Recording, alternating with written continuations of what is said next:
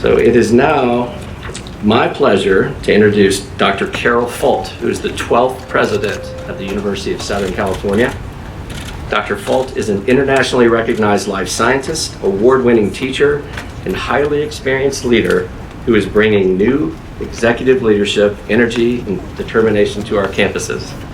Throughout her distinguished career, Dr. Folt has earned a reputation for advancing academic excellence and innovation, putting students first, setting ambitious goals, prioritizing shared governance, and focusing on the future. She is already setting an ambitious course for USC, and she is here to share her Trojan spirit with all of us. Ladies and gentlemen, Dr. Carol Folt.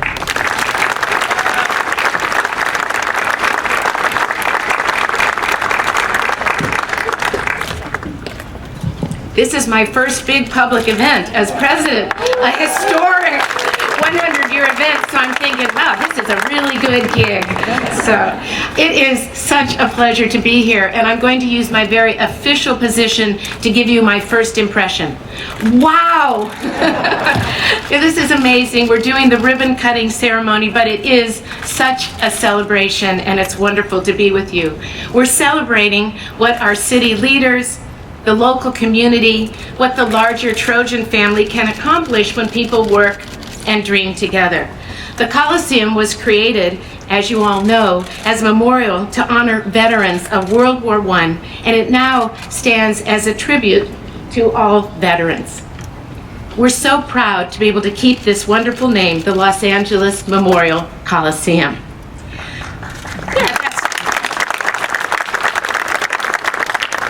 It, of course, has been the site of so many major historic moments. In 1960, this is where John F. Kennedy came and assured an audience of 80,000 people that this was not the last frontier, but a new frontier.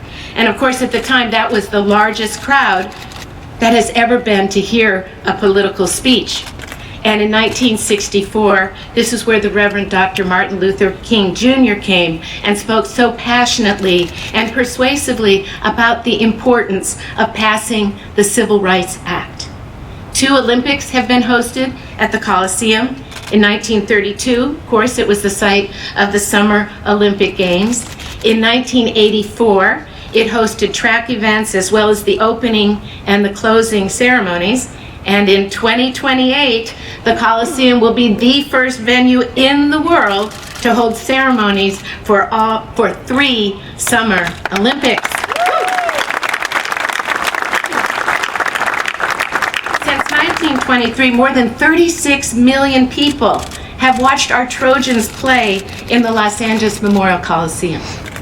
I'd like to thank, there's so many people to thank, but I'm going to thank the main groups who worked on the project. And if there are representatives here, please stand and we'll applaud you all at the end. But I'll start with the USC Capital Construction and Development teams. They're here. I was saying that's a group that's probably been working 24/7 for quite a while to get to this moment. The architecture firm that oversaw the renovation plans, the DLR group. Thanks, everybody. The construction teams, which were a joint venture between Hathaway Dinwiddie and AC Com Hunt. United Airlines for their strong support and for naming the field. And we also owe a deep debt of gratitude to the dozens of community-based partners who helped support our contractors and our workers. It is really amazing the amount of human capital that actually went into this incredible and beautiful renovation. More than 2,600 people, including veterans, dedicated more than 800,000 hours of work to complete this project. At the peak of construction, in fact, there were 350 workers on site every day. Between football games, they sometimes worked round the clock in 2 shifts. And I want to thank the local community for their incredible contributions to this project. 67% of the construction work was done by our local residents. That's so important. 20% of the hours were worked by people who live within 5 miles of the Coliseum. Small businesses, including those owned by women and veterans and minorities, earned contracts worth more than $40 million. And as we all know, the Coliseum events will continue to provide jobs for more than 1,700 people. So this truly is a major partnership with the local community. A couple fun facts. There are 650 new video screens around the Coliseum. I don't know who counted them all, but there they are. It took 470 truckloads of concrete to complete the project, as well as more than 4,600 gallons of paint. 9,600 feet of new handrails were installed. And it is equipped with 75,451 new seats and cup holders. And maybe the best of all is that not a penny of public money was used to renovate this publicly owned stadium.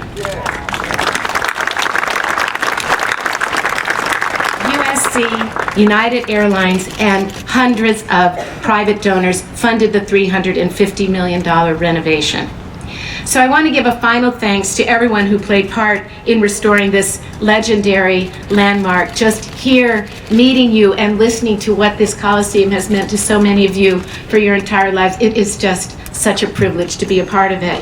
And so I thank our community, people who have supported this for their entire lives. It's really truly a great honor for us to be a part of this.